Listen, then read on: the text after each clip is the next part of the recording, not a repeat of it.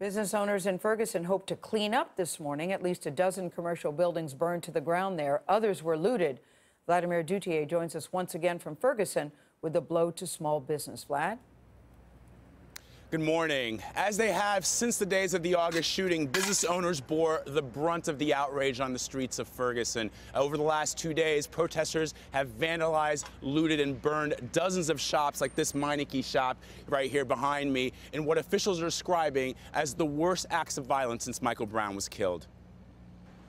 This Little Caesars pizzeria was destroyed by a tornado 3 years ago. It's a pile of rubble once again. The manager, who didn't want to give his name, had anticipated trouble Monday night. We basically just had to shut down and get everybody to safety. He watched helplessly as rioters set fire to the restaurant.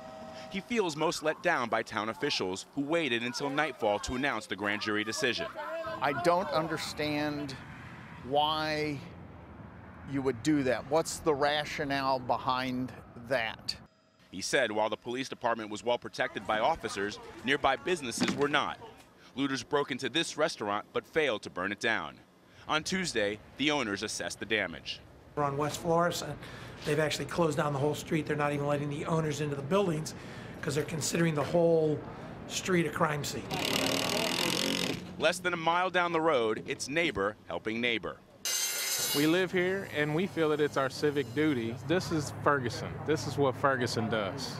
Residents are working together to help protect other businesses. Jerome and Kathy Jenkins, who have lived here in Ferguson for more than 20 years, own the restaurant Kathy's Kitchen. The Jenkins believe those responsible for much of the destruction are not from Ferguson.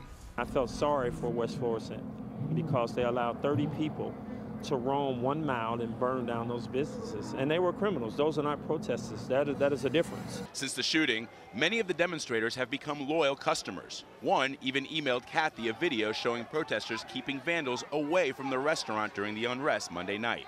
They were locked together, holding hands, protecting Kathy's Kitchen. So I had hope.